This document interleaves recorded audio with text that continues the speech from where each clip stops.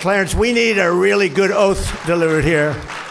Okay, thank you very much. Thank you. Please.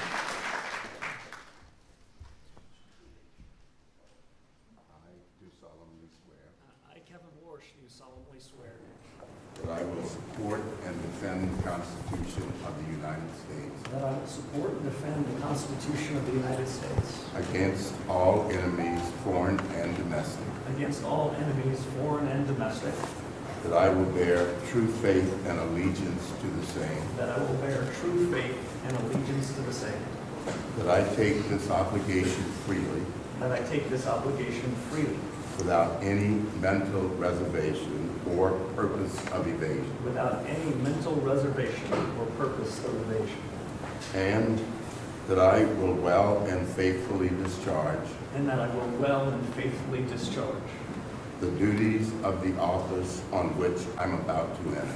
the duties of the office upon which I'm about to enter. So help me God. So help me God.